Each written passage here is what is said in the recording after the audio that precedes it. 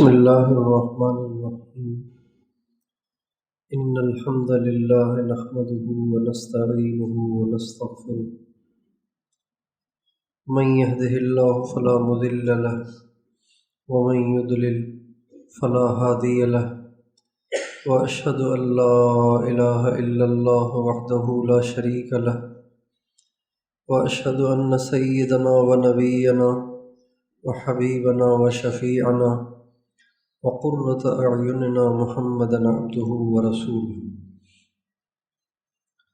صلى الله تبارك وتعالى عليه وعلى آله وأصحابه وأزواجه وذريته وبارك وسلم تسليما كثيرا أما بعد فأعوذ بالله من الشيطان الرجيم بسم الله الرحمن الرحيم قد افلح من زکاها وقد خاب من دساها وقال تعالی قد افلح من تزکى وذکر اسم ربه فصلى سبحان ربك رب العزة عما يصفون وسلام على المرسلين والحمد لله رب العالمين اللهم صل على سيدنا محمد وعلى آل سیدنا محمد وبارک وسلم۔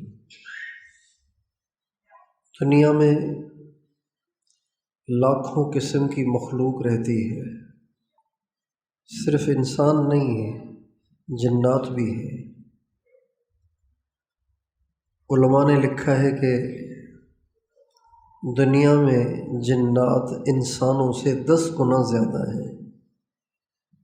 اس وقت دنیا میں انسانوں کی آبادی 7.5 ارب ہے اور جنات کی آبادی اس کو 10 سے ضرب دے دیں، اور فرشتے ان سے بھی زیادہ ہیں، اور کیڑے مکوڑوں کی اتنی قسمیں ہیں کہ اس کی گنتی ہی مشکل ہے۔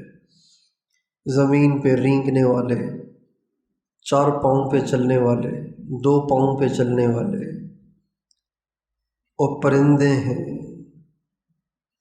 پھر خشکی کی مخلوق الگ ہے، تری کی مخلوق الگ ہے، اس کو نکال دیں۔ لاکھوں قسم کی مخلوق ہے، لیکن جس مخلوق کے بگڑنے سے، جس مخلوق کا بگڑنا سب سے زیادہ مضر اور سب سے زیادہ نقصان دہ ہے، اور جس کا سدھرنا سب سے زیادہ ضروری ہے اور اہم ہے، وہ انسان ہے۔ اگر یہ بگڑ جائے تو پھر بھیڑیے اور سانپ اور بچھو اس کے سامنے کچھ بھی نہیں ہے، اور اگر یہ بن جائے تو پھر یہ فرشتوں کو بھی پیچھے چھوڑ دیتا ہے۔ بنے تو بہت اچھا بنتا ہے، اور بگڑے تو ایسا بگڑتا ہے کہ پھر درندے اور زہریلے جانور بھی اس سے پناہ مانگتے ہیں۔ اللہ تعالیٰ نے دنیا میں انبیاء کو بھیجا جو اللہ کے سب سے زیادہ پیارے تھے، دنیا میں سب سے زیادہ اللہ کو پیارے نبی تھے۔ نبیوں کو اللہ نے بھیجا، جو شخصیات قیمتی ہوتی ہیں ان سے ہلکے پھلکے کام نہیں لیے جاتے، ان سے بڑے بڑے کام لیے جاتے ہیں، اور جو ہلکے پھلکے ہوتے ہیں ان سے ہلکے پھلکے کام بھی لے سکتے ہیں، بڑے لوگوں سے چھوٹے کام نہیں لیتے۔ اللہ تعالیٰ نے جو اللہ تعالیٰ کے سب سے زیادہ پیارے نبی تھے، ان سے اللہ نے کام لیا۔ کیا؟ کسی مخلوق کی محنت کا کام نہیں لیا۔ تم لوہے کی محنت کرو، مٹی کی محنت کرو، لکڑی کی محنت کرو، تم جانور پالو، جانور سدھاؤ، جانور جمع کرو، پیسے جمع کرو، نہیں۔ اللہ تعالیٰ نے تمام انبیاء کی ایک ہی ڈیوٹی لگائی، تم انسانوں پہ محنت کرو، کو سدھارو، ان کو سدھارنے کی کوشش کرو۔ اس سے پتہ چلا کہ دنیا میں سب سے بڑا کام انسانیت کو سدھارنا، اگر اس سے بڑا کوئی اور کام ہوتا تو اللہ تعالیٰ بڑی ہستیوں سے وہ کام لیتا۔ نبیوں کے پیشے رہے ہیں۔ حضرت ادریس علیہ السلام درزی کا کام کرتے تھے، کپڑے سیتے تھے۔ حضرت زکریا علیہ السلام لکڑی کا کام کرتے تھے، لیکن یہ ان کا مقصد بعثت نہیں تھا، یہ ان کی زندگی کا یہ پیشہ تھا، یہ ضرورت کے لیے ذریعہ معاش تھا۔ زندگی کا مقصد جس میں انہوں نے اپنی ساری صلاحیتیں لگائیں وہ انسانوں کی ہدایت ہے۔ تو انسانوں کو سدھارنا اور انسان کا سدھرنا یہ سب سے بڑا کام ہے، اس سے بڑا دنیا میں کوئی کام نہیں۔ باقی ساری ضروریات ہیں، پیٹ کی ضروریات ہیں، کچھ ضروریات ہیں، کچھ خواہشات ہیں۔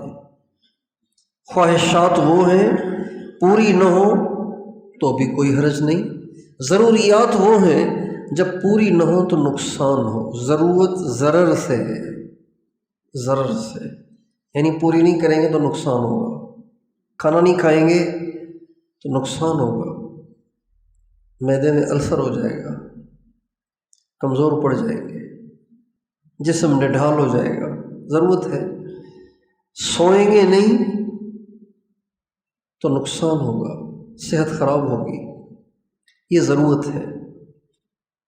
تو سب سے بڑا کام سدھرنا اور سدھارنا، سب سے بڑا کام خود سدھرنا، اوروں کو سدھارنے کی کوشش کرنا اور محنت کرنا۔ نبی کریم صلی اللہ علیہ وسلم دنیا میں تشریف لائے، اور آپ صلی اللہ علیہ وسلم کی دنیا میں تشریف آوری کا مقصد اللہ تعالیٰ نے قرآن مجید میں 3 کام بتائے، 3 دفعہ تذکرہ کیا، 3 دفعہ، اور تینوں دفعہ 3 کام بتائے کہ آپ نے کرنا کیا ہے۔ یتلو علیہم آیاتہ، آپ نے ان کو قرآن مجید کی آیتیں سنا کے دعوت دینی ہے۔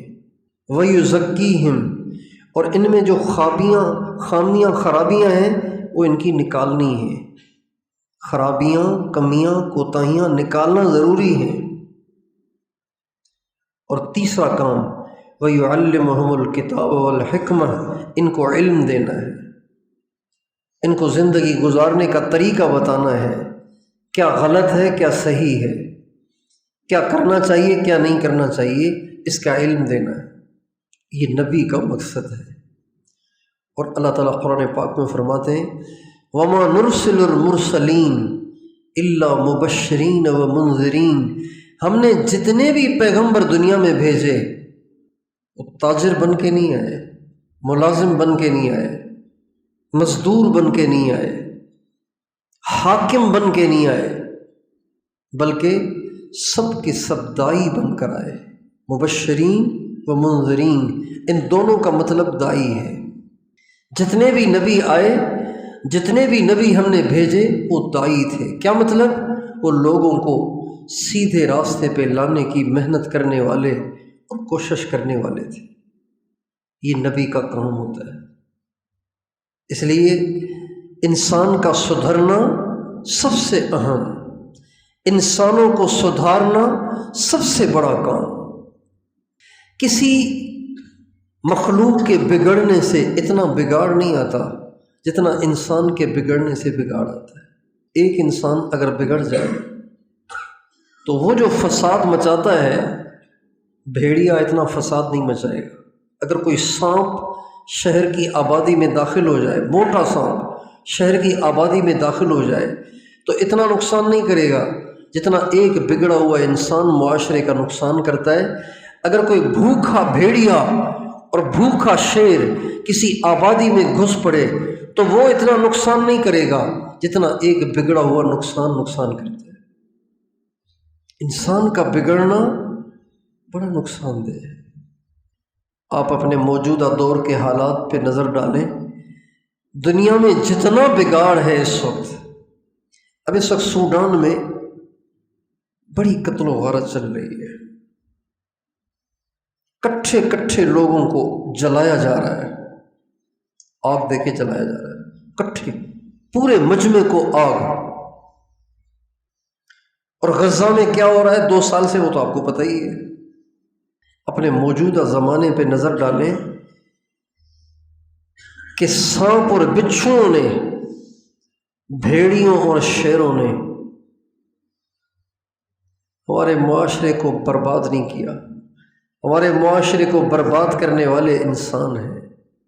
ساری بدامنی انسانوں کی وجہ سے، جان اور مال غیر محفوظ انسانوں کی وجہ سے، عزت اور آبرو غیر محفوظ انسانوں کی وجہ سے، برائیاں بدکاریاں کرنے والے انسان ہیں، چوریاں اور ڈاکے ڈالنے والے انسان ہیں، اور کراچی میں ٹارگٹ کلنگ کرنے والے موٹر سائیکل پہ آئے، چہرے پہ نقاب چڑھایا ہوا ہے، ٹھا ٹھا ٹھا 2 آدمی گرائے اور چلے گئے، پتہ ہی نہیں کون تھے۔ یہ انسان ہے، شکل میں انسان ہے۔ اس لیے انسان کا بننا بہت ضروری ہے، اور انسان کا بگڑنا بہت نقصان دہ ہے۔ کوئی موٹی تار ہو بجلی والی، اگر وہ ٹوٹ جائے اور کھل جائے، ہر ایک کہے گا بھائی جلدی سے اس کو گٹھوا دو، بھائی جلدی سے اس کو جڑوا لو، کہیں کسی کو کرنٹ نہ لگ جائے، بھائی اس کو جلدی سے کسی الیکٹریشین کو بلا کے اس کو ٹھیک کروا لو، کہیں نقصان نہ ہو جائے کوئی۔ ایک پلاسٹک کی تار، اس میں بجلی کی لہر دوڑ رہی ہے، اس کو مضر سمجھتے ہیں۔ ایک بگڑا ہوا انسان ہزاروں تاروں سے زیادہ مضر ہے۔ اس لیے اپنے آپ کے سدھرنے کی فکر کرنا، اور ہر ایک کو سدھرنے کے لیے آمادہ کرنا، اور اس کی محنت اور کوشش کرنا، یہ دنیا کا سب سے اہم اور ضروری کام ہے۔ اللہ تعالیٰ نے قرآن پاک کے اندر مختلف جگہوں پہ قسمیں کھائی ہیں، والتین والزیتون وطور سینین وہذا البلد الامین، 4 قسمیں، واللیل اذا یغشا والنہار اذا تجلی وما خلق الزوجین الذکر والانثی، 3 قسمیں۔ والنجم اذا ہوا، 1 قسم۔ والقرآن الحکیم، 1 قسم۔ فلا اقسم بما تبصرون وما لا تبصرون، 2 قسمیں۔ لا اقسم بیوم القیامہ ولا اقسم بالنفس اللوامہ، 2 قسمیں۔ لیکن قرآن مجید میں صرف ایک جگہ ایسی ہے جہاں اللہ تعالیٰ نے 11 قسمیں کھائی ہیں۔ اللہ اکبر، 11 قسمیں! 11 قسمیں تو ہم میں سے بھی کوئی نہیں کھائے گا۔ کوئی بات کرتے ہوئے اللہ کی قسم، اللہ کی قسم، اللہ کی قسم، یہ ایسے ہی ہے، اتنا ہی کہے گا، زیادہ سے زیادہ 3 دفعہ قسم کھائے گا۔ اللہ تعالیٰ نے قرآن مجید میں ایک جگہ کٹھی 11 قسمیں کھائی ہیں۔ کتنی قسمیں کھائی ہیں؟ اب آپ بتائیے اس کے بعد جو بات فرمائیں گے وہ کتنی پکی ہوگی؟ اللہ تعالیٰ فرماتے ہیں والشمس، گنتے جائیے، والشمس وضحاها والقمر اذا تلاها والنہار اذا جلاها واللیل اذا یغشاها والسماء وما بناها والارض وما طحاها ونفس وما سواها۔ کتنی ہو گئی؟ اتنی قسمیں یا اللہ آپ نے کھائیں، آپ کیا کہنا چاہتے ہیں؟ تو فرماتے ہیں قد افلح من زکاها وقد خاب من دساها، کامیاب ہے وہ شخص جس نے اپنے آپ کو سدھار لیا، اور برباد ہو گیا وہ شخص جس نے اپنے آپ کو بگاڑ دیا۔ 11 قسمیں کھا کے اللہ تعالیٰ کہہ رہے ہیں وہ شخص کامیاب ہو گیا جس نے اپنے آپ کو سدھار لیا، جس نے اپنے آپ کو گناہوں سے، گندگیوں، برائیوں سے پاک کر لیا، وہ کامیاب ہو گیا۔ آپ سوچئے انسان کا سدھرنا کتنا اہم ہے۔ یہ اتنے سارے اب آ رہے ہیں، اب جو بات گزر گئی وہ کیسے جائے گی ان تک؟ کیسٹ تو ہے نہیں کہ چلتی رہے۔ اب میں اپنی بات کو دوبارہ اجمالاً دہراتا ہوں مختصر طریقے سے۔ دنیا میں بہت مخلوق رہتی ہے، لیکن دنیا میں سب سے اہم انسان ہے۔ کسی کا بگڑنا اتنا مضر نہیں جتنا انسان کا بگڑنا مضر ہے۔ کسی کا بننا اتنا ضروری نہیں جتنا انسان کا بننا ضروری ہے۔ انسان جب بگڑے تو اتنا بگڑتا ہے کہ بھیڑیے اور بچھوؤں کو بھی پیچھے چھوڑ دیتا ہے، اور انسان اگر بن جائے تو ایسا بھی بن سکتا ہے کہ فرشتوں کو پیچھے چھوڑ جائے۔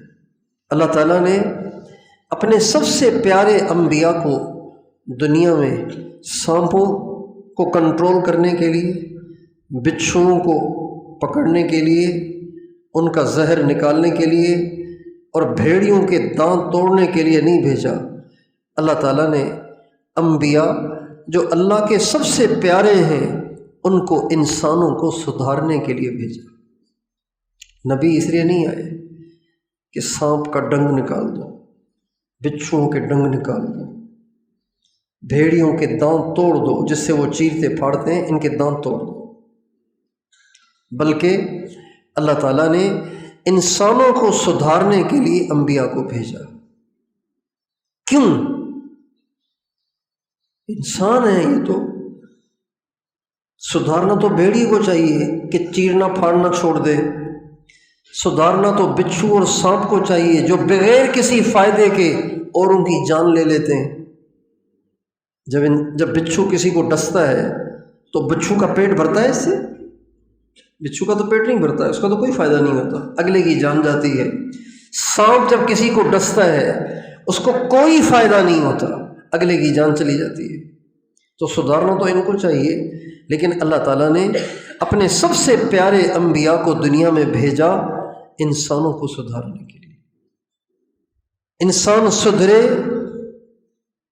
تو دنیا کو اس سے بڑا فائدہ ہوتا ہے، انسان بگڑے تو دنیا کو اس سے بڑا نقصان ہوتا ہے۔ اور اللہ تعالیٰ نے قرآن مجید میں مختلف جگہوں پہ اپنی بات کو مضبوط کرنے کے لیے قسمیں کھائی ہیں، کہیں 3، کہیں 4، کہیں 2، 1، 2، 3، 4 یہ قسمیں کھائی ہیں اللہ نے۔ لیکن قرآن مجید میں ایک جگہ اللہ تعالیٰ نے 11 قسمیں کھائی ہیں۔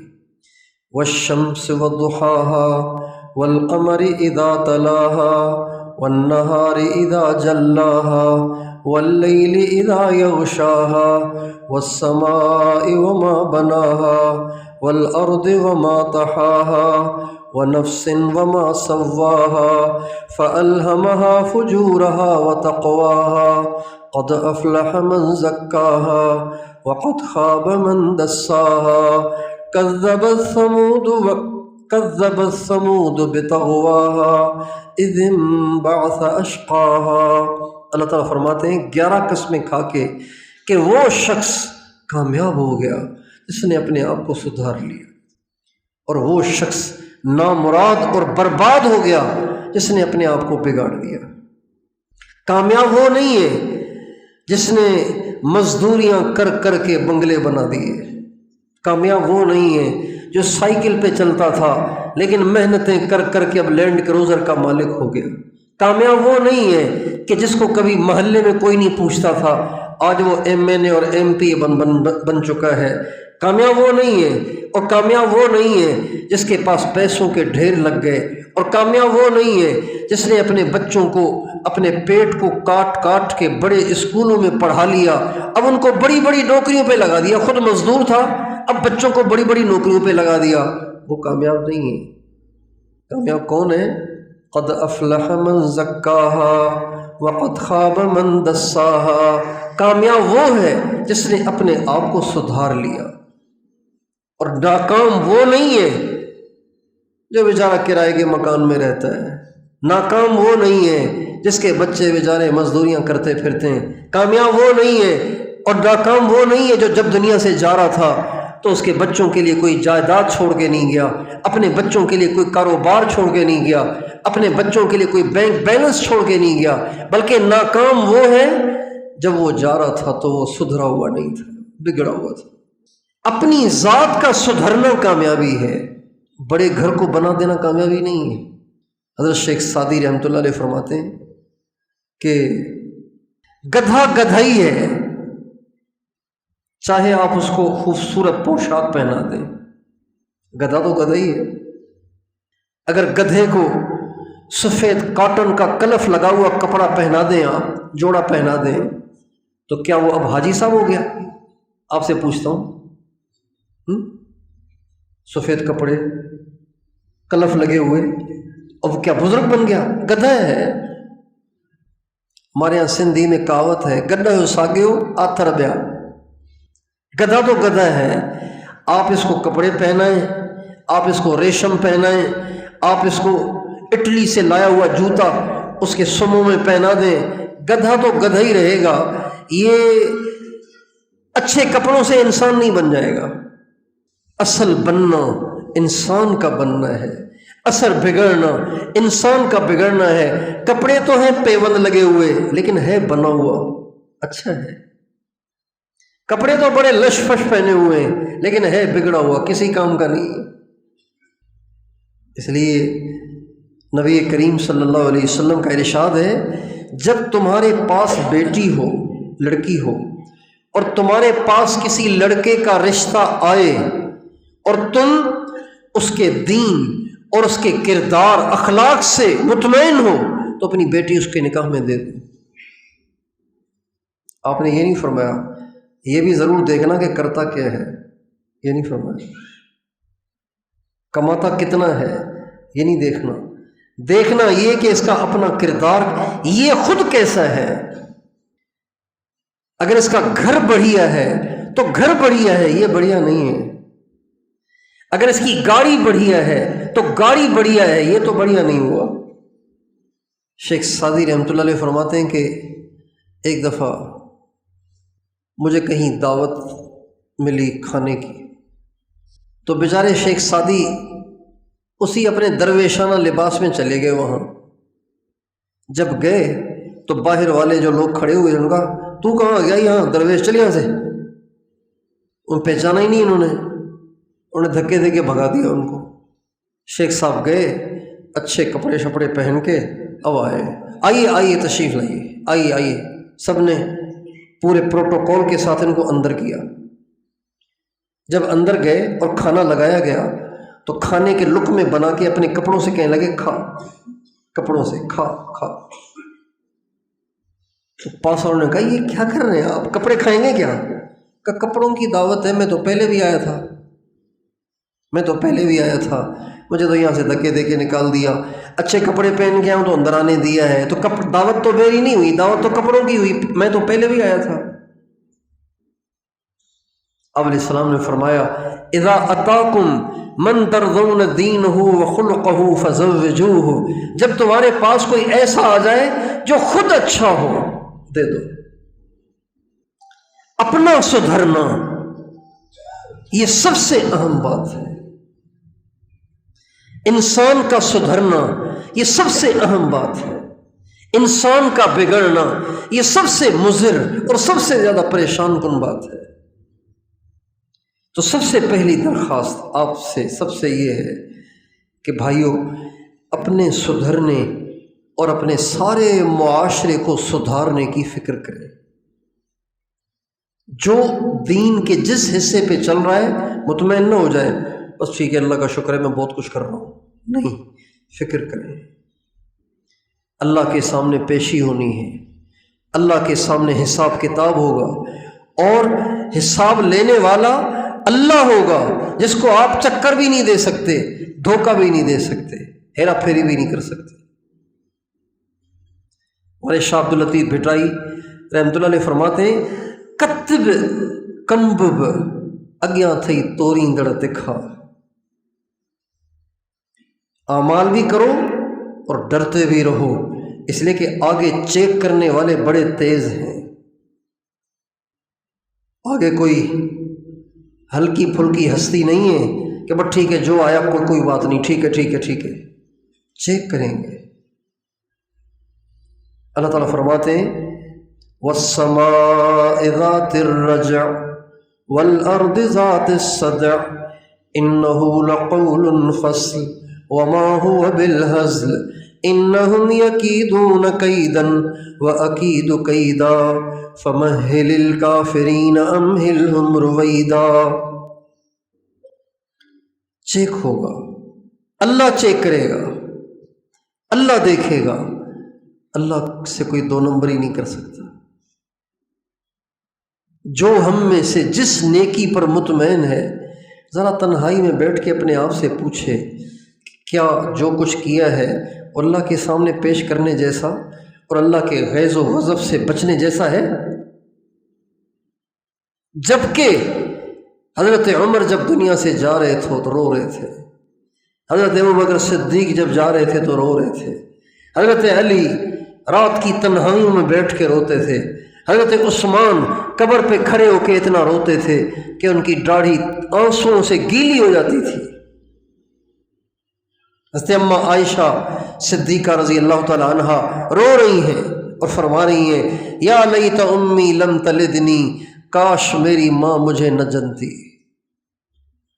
یہ اماں عائشہ فرما رہی ہیں، آپ علیہ السلام کے پاس بیٹھی ہوئی ہیں، حضرت جبریل آئے اور کہا یا رسول اللہ عائشہ کو بشارت دے کہ یہ جنت میں بھی آپ کی بیوی ہوگی۔ سبحان اللہ، صدیق کی بیٹی ہے، امت میں سب سے افضل کی بیٹی ہے اور اللہ کے نبی کی لاڈلی بیوی ہے، سب سے پیاری بیوی حضرت اماں عائشہ۔ جب آپ علیہ السلام کی طبیعت آخری دنوں میں خراب ہوئی اور آپ شدید بیمار تھے تو بیماری کے دنوں میں بھی آپ اپنی تمام بیویوں کے پاس اسی ترتیب پر جاتے رہے، جو دن جس بیوی کے پاس جانے کا تھا وہاں جا رہے تھے، لیکن بار بار پوچھتے تھے عائشہ کی باری کب آئے گی، عائشہ کا دن کون سا ہے، عائشہ کے گھر میں ٹھہرنے والا دن کون سا آئے گا۔ جب آپ بار بار یہ پوچھتے تھے تو ازواج مطہرات سمجھ گئیں کہ اللہ کے نبی اب بی بی عائشہ کے گھر میں رہنا چاہتے ہیں، چنانچہ سب نے جمع ہو کر آپس کے مشورے سے نبی کریم صلی اللہ علیہ وسلم سے کہا یا رسول اللہ اگر آپ عائشہ کے گھر میں مستقل رہنا چاہیں تو ہم سب کی رضامندی اور خوشنودی کے ساتھ آپ کو اجازت ہے، آپ بے شک عائشہ کے گھر میں رہیں۔ چنانچہ نبی کریم صلی اللہ علیہ وسلم جب عائشہ کی باری آئی تو پھر وہیں ٹھہر گئے اور پھر وہیں آپ کا انتقال ہوا اور وہیں آپ کی قبر اثر میں۔ وہ فرما رہی ہیں یا لیت امی لم تلدنی، کاش میری ماں مجھے نہ جنتی، میری ماں نے مجھے جن لیا، میں دنیا میں آ گئی، اب مجھے حساب دینا ہے اللہ کو۔ سب سے پہلی بات کہ ہم اور آپ اپنے آپ کو سدھارنے، اپنے آپ کو ٹھیک کرنے اور اپنے پورے معاشرے کے ہر فرد پر محنت کر کے اس کو سدھارنے کی کوشش کریں گے انشاءاللہ۔ ایک بات، اگلی بات، ابھی یہ سدھار شروع کہاں سے کرنا ہے؟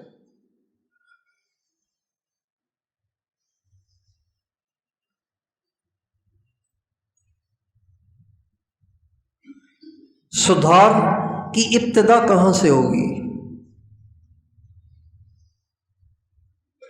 درزیوں کے پاس کپڑا جاتا ہے نا، تو پھر یہ نہیں کہ ہر طرف سے شروع کر دیتے ہیں، کہیں سے شروع کرتے ہیں اور بناتے بناتے بناتے پورا جوڑا بناتے ہیں۔ تو بگاڑ کو ختم کرنے اور سدھار کو پیدا کرنے کی ابتدا کہاں سے ہوگی؟ نبی کریم صلی اللہ علیہ وسلم کا ارشاد ہے جس کا مفہوم یہ بنتا ہے کہ سدھار کی ابتدا دل سے ہوگی۔ آپ کا ارشاد ہے انسان کے جسم میں ایک گوشت کا ٹکڑا ہے جس کو ٹھیک کرنا اتنا ضروری ہے کہ اگر وہ ٹھیک نہ ہو تو سارا جسم بگڑا رہے گا، وہ ٹھیک ہو جائے تو سارا جسم ٹھیک ہو جائے گا، اور وہ دل ہے۔ اس لیے مشائخ تصوف، مشائخ عظام کسی بھی انسان کو سدھارنے کے لیے سب سے پہلا کام اس کے دل پر توجہ، اور اس کو دل والے اعمال بتاتے ہیں کہ جن اعمال کو کرنے سے اس کا دل ٹھیک ہوگا۔ مشائخ اعظام جب کوئی ان کے پاس چلا جائے اور ان سے بیعت ہو جائے اور وہ سدھرنے کی نیت کر لے تو یہ نہیں کہتے اب آپ سب سے پہلا کام تو نوکری چھوڑ دیں، آپ جو غلط نوکری کر رہے ہیں یہ چھوڑ دیں، آپ جو سود پہ کاروبار کر رہے ہیں یہ بھی چھوڑ دیں، سب سے پہلے آپ فوراً داڑھی رکھیں، سب سے پہلے آپ فوراً پگڑی پہنیں۔ یہ نہیں کہتے، کیا کہتے ہیں؟ بھائی یہ مراقبہ ہے، یہ شروع کریں۔ جب آپ کے دل کی صفائی ہوگی، جب آپ کے دل میں اللہ کا نور آئے گا، جب آپ کا دل سدھرے گا، جب دل کے جذبات ٹھیک ہوں گے، جب دل میں اللہ کی محبت آنا شروع ہو جائے گی، پھر داڑھی بھی آ جائے گی، پگڑی بھی آ جائے گی، حرام بھی چھوٹ جائے گا، سب ٹھیک ہو جائے گا۔ یہ دل ہے تو چھوٹا سا، لیکن پورا 6 فٹ کا وجود اس پر موقوف ہے، اور پورے وجود میں جتنا بھی بگاڑ ہوتا ہے وہ شروع یہاں سے ہوتا ہے۔ جو کہتا ہے کہ جی دعا کریں باقی سب ٹھیک ہے، نظروں کی حفاظت نہیں ہو رہی، باقی سب ٹھیک نہیں ہے، غلط فہمی ہے، دل خراب ہے اسی لیے بد نظری ہو رہی ہے، کہ جی باقی سب ٹھیک ہے بس زبان قابو میں نہیں ہے، اس کے لیے دعا کریں زبان قابو میں آ جائے۔ نہیں، سب ٹھیک نہیں ہے، دل خراب ہے جس کا اثر زبان پہ آتا ہے۔ باقی سب ٹھیک ہے لیکن گناہ کرنے کو دل بہت کرتا ہے، تو بھائی باقی سب ٹھیک نہیں ہے، دل خراب ہے جس کی وجہ سے شرم کا بے قابو ہے۔ سارے بگاڑ دل کے بگاڑ کا نتیجہ ہے، سارے بگاڑ دل کے بگاڑ کی وجہ سے ہے، اور ساری خوبیاں دل کے سدھرنے کے بعد آتی ہیں۔ ان فی الجسد لمضغہ، انسان کے جسم میں ایک بوٹی ہے، گوشت کا ٹکڑا ہے، اذا صلحت صلح الجسد کلہ، اذا صلحت صلح الجسد کلہ، وہ ٹھیک ہو جائے یعنی دل ٹھیک ہو جائے تو سارا جسم ٹھیک، اور وہ بگڑ جائے تو سارا جسم بگڑ جاتا ہے۔ پھر آپ نے فرمایا الا وہی القلب، خوب دھیان سے سنو، وہ دل ہے، خوب دھیان سے سنو۔ یہ جو لفظ اللہ ہے نا، اللہ عربی زبان میں لفظ اللہ اس وقت بولا جاتا ہے جب متکلم جب بات کہنے لگا ہے تو وہ اتنی اہم ہوتی ہے کہ اس کو یہ شبہ ہوتا ہے کہ اگر انہوں نے توجہ نہ دی تو یہ بڑی خیر سے محروم ہو جائیں گے، اگر انہوں نے توجہ نہ دی تو بہت ساری خرابی کا اندیشہ ہے، اگر انہوں نے توجہ نہ دی تو ان کو غلط فہمی کا اندیشہ ہے۔ اس وقت لفظ اللہ بولا جاتا ہے، اس کو کہتے ہیں حرف تنبیہ، بیدار کرنے والا لفظ ہے اللہ وہی القلب۔ دھیان سے سننا، کہیں تم اپنی خرابیوں کو سیدھا کرنے لگ جاؤ گے، اس میں بہت ٹائم لگ جائے گا، اپنا وقت ضائع نہ کرنا، اس طرف آ جاؤ، اس کو ٹھیک کر لو، باقی سب کام ٹھیک ہونا شروع ہو جائے گا۔ ایک گھر ہے، اس گھر والے نے دیکھا کہ دیوار میں دراڑ پڑ رہا ہے، دیوار میں دراڑ پڑ رہا ہے، سوچا دراڑ پڑ رہا ہے، تو اس نے سیمنٹ لیا تھوڑا سا اور اس کو پانی میں بھگو کے اور اس دراز کو بھر لیا۔ چند دن کے بعد فرش میں دراڑ پڑنا شروع ہو گیا، ارے پھر یہاں دراڑ پڑ گیا، پھر تھوڑا سا سیمنٹ لیا، پانی میں بھگویا، پھر اس کا دراڑ بڑھ لیا، پھر چھت میں دراڑ پڑنا شروع ہو گیا، پھر اس نے سیمنٹ لیا اور چھت کا دراڑ بڑھنا شروع کر دیا، پھر اس نے دیکھا کہ پلر میں دراڑ پڑ رہا ہے، گھر کے پلر میں، پائے میں، پھر اس نے سیمنٹ لیا، اس کا دراڑ بڑھنا شروع کر دیا۔ کسی سمجھدار نے دیکھا، ان کا بھائی تم کب تک یہ بھرتے رہو گے، جو اصل خرابی ہے اس کو پکڑو نا۔ کہ وہ کیا ہے؟ کہ تم معلوم کرو نیچے سے کہیں سیم آ رہی ہے جس سے بنیادیں کمزور ہو رہی ہیں، بنیادوں کی کمزوری کی وجہ سے تمہاری دیواریں بیٹھ رہی ہیں، جب بیٹھ رہی ہیں تو پھٹ رہی ہیں، اور انہی کا اثر چھت پر ہے، انہی کا اثر فرش پہ۔ تو اللہ کے نبی فرماتے ہیں